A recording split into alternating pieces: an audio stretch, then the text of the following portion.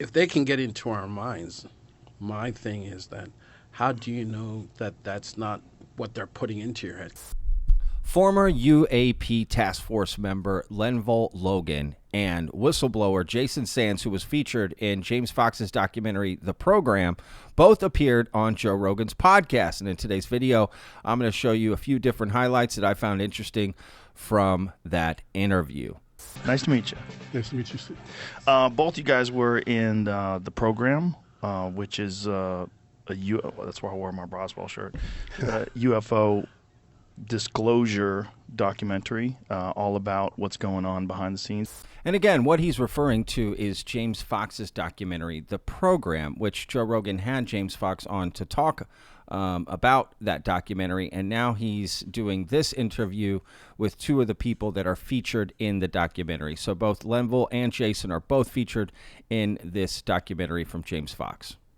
So the government has done itself a disservice because the government really started lying to us. Hi, my name is Lenval Logan. I'm a retired Air Force intelligence analyst that started off as a B-52 crew chief and cross-trained. I had the opportunity to support the UAP Task Force. It's frustrating when I hear mainstream scientific community on all the talk shows criticizing the lack of more compelling data when I know it exists. There's enough evidence out there that demands a verdict that says, yes, there's something going on. With the right people working together, I think we could come up with a definitive answer, and the answer is yes. And they got into some interesting discussions during the course of this interview. First one, this. So when he first showed up, I was one of the first people to get his... he knows my whole history, man. When he first showed up, first thing I read through everything. I was like, I'm going to have to run a background check on this guy. Right, he might be kook. Right. And then I was like, so I did the basics. And then I called up David Grush, and I was like, boy, do I have a doozy for you.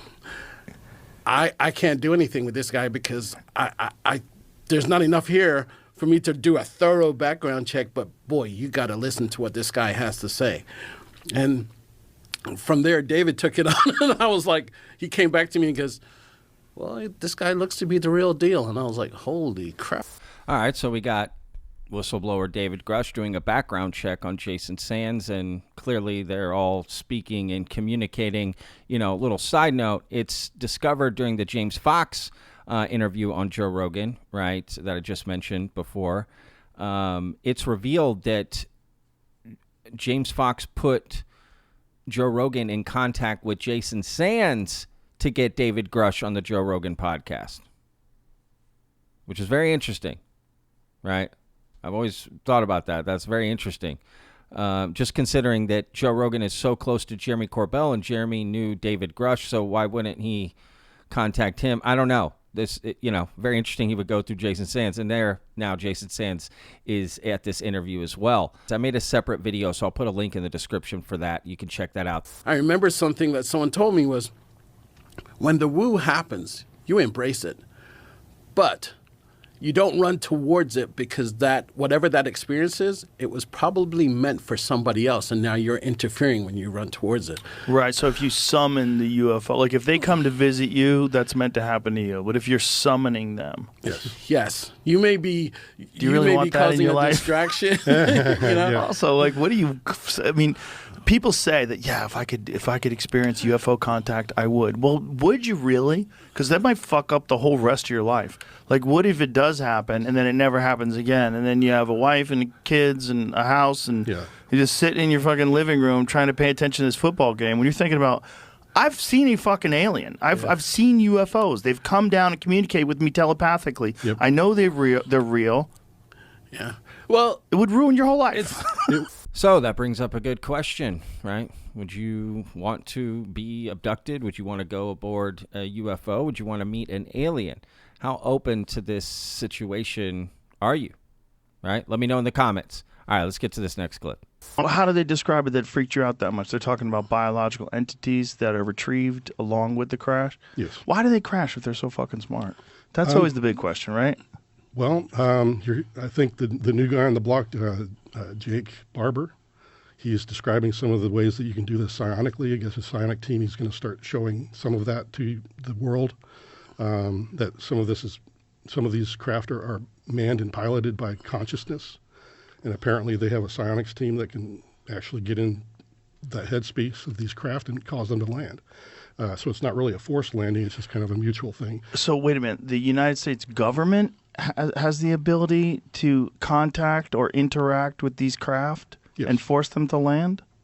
Yes, and then there's other ones that are done kinetically, which is more the scary side of it and the ugly side of the program. Is that what you've got here is it's not so much the military doing this, but the corporate people like Lockheed, Northrop, and all these other companies.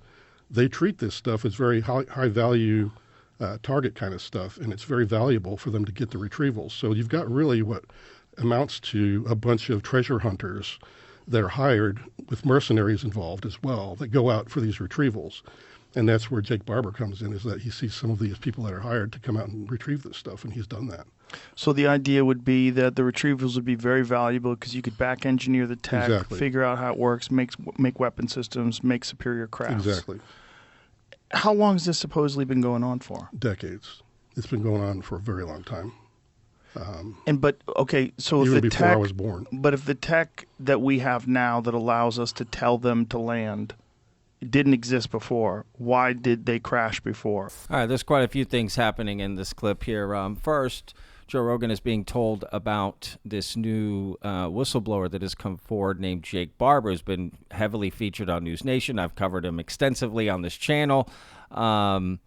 Right, the egg-shaped UFO, all that, right, psionics, Skywatcher, right? So Joe Rogan's being told about this for the very first time here, and that's his reaction to this. And he has some good questions too, right? Like, why were they crashing before this, right? Before we had the technology to do this, right? So, it would be interesting to get Joe Rogan at one of these events where they can summon UFOs. I would love to see his reaction. I think that's what these, events need, just normal everyday people going, right? With all kinds of different beliefs, right? Witnessing this. I think that's what needs to happen, to be honest. Which would be interesting, right? To kind of explore that. And I think even Jake Barber going on Joe Rogan and telling this story and having Joe, ask the questions he would ask. So I found that interesting, hearing his reaction too. And of course, the big question, why do UFOs always crash? Let me know what you think in the comments. All right, let's get to this next clip. One of the things that I ponder is there's got to be some grand design, because when we see these aliens, whether they talk about it's a gray, it's a Nordic, it's a draconian, or if it's a mantis, they're all standing upright. So is that a part of the grand design, that is as intelligent as you get further up the food chain, you start to stand on your two legs and whatever. And then I think about if it's a mantis, whatever, how did they build their ships if they don't really have opposable thumbs? And, those are the things that we're always taught. These are the things that make us unique as humans, and we can build things. And that's why the other animals didn't, the only other animal out there is the chimpanzee or the gorilla or something, primates. But obviously, nature finds a way, and it's not human nature, it's something other type nature, and they do something else. You see, now we're talking. These are the questions that I love to ask, right? Just these normal everyday questions, right? It's like when people tell me, oh, they have underwater bases or secret bases on Earth, right, in the mountains. I'm like, what do they do all day? What are these aliens doing all day? You know what I mean? From when they go to bed, wake up, like what does their day look like? Take me through a day, right? Like, what are they doing all day? Just like dormant and then, pop out and do stuff. I mean, it's like they got to have lives. What's the civilization look like? What are they doing? Right? Give me details. And I also think about that, like, how are they building these crowd without, if they have all these weird things, it's like, what's going on here? Right? I like this guy, Lenval, and I would love to talk to him, to be honest with you. He sounds like a really cool guy to just kind of dive into all of this and speculate and theorize. Those are the conversations I like. So great questions, Lenval. Let's get to the next clip. So if they're putting their hands on the thing, wasn't that what Lazar said as well? Didn't he say there was something similar to that? Yes, he did. Yeah, so no controls, and somehow or another putting your hand on it syncs you up, and then they're just using their mind. Correct. Yep. Did they try to explain how this was developed? There's a lot of people that are looking into it now, and they're starting to see that, yes, it's possible. And I think that's, again, some of the new whistleblowers can shed some more light onto how this happens. And I think we need to hear a little bit more about these folks that came forward about the Psionics team and what exactly is this meditation? What are they linking up with? Does it feel mechanical? Does it feel like an entity? Because, when you hear Jake talk about his experiences, he had a really spiritual experience with one of these things. While he was carrying it to the next place, he was literally crying in the interview. This is that egg-looking thing. Yeah, he said that he felt, he called it the 8-gon, I think, craft. That one is the one he had the spiritual. 8-gon? 8-gon, like a hexagon, but it has 8 sides, or octagon, I think would be the actual term. But he said it had like a 8-sided kind of a disc. So this is not the thing we're talking about with not helicopter? The egg one. This is a different one. A different one. Yeah, so he encountered two. a different one. Yeah. Okay. I didn't see that interview. Yeah. Well, the detailed one, I think you can pull that one out of there. But he mentioned that one, he had like a real, no kidding, it was beautiful. And he cried about it because it was so beautiful of an experience. Now, here's that moment that Jason Sands is talking about in that last clip with Joe Rogan. I felt like something was inside of me. I felt like I was possessed by the most beautiful spirit I'd ever been possessed by. And was it loving? It was loving. But there was a sense of sadness at the same time. Okay, and as always, there's a link in the description to the full Joe Rogan interview, as well as this Jake Barber interview. All right, let's move on. Last clip, which I found to be, maybe the most interesting part of the interview for me personally, and I think you'll see why. If they can get into our minds, my thing is that how do you know that that's not what they're putting into your head? Because, like, what they experienced at a Skinwalker Ranch when they saw the creature on the top floor, they said as they approached it, they started feeling fear. And as they approached it further, the fear just kept intensifying to the point where it was like a physical change in the temperature. So if someone can put fear into you, why can't they put love into you and all these different things? And I'm not saying that it's not genuine, but part of being on the task force, you have to question everything.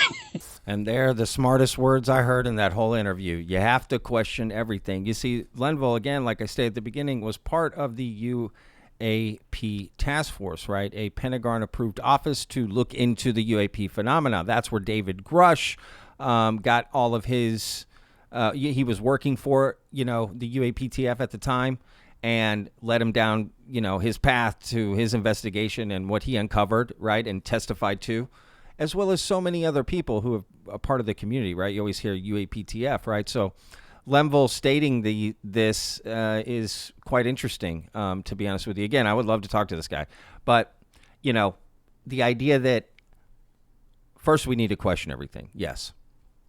But also, how are we to trust this connection with these beings if it were true, right? If these beings are for real and we can have a connection with them, how are we to trust what's being implanted in us and that fear aspect and whatever? It's just an unknown, and not just any unknown, the biggest unknown, right? So this idea of trying to let them into our minds or even that potential to be open, right, is just something food for thought. At the end of the day, you decide for yourself. Let me know what you think. The comments of all this, definitely some interesting points of discussion that came up during this interview on Joe Rogan. As always, they're always great interviews. So shout out to Jason and Lenval for appearing. And we'll see you guys in the next video. Remember, every day's a gift, y'all. Peace. I live inside my own world of make-believe. Kids screaming in the cradles, profanities. I see the world through ice covered in ink and bleach. Cross out the ones who heard my cries and watched me weep.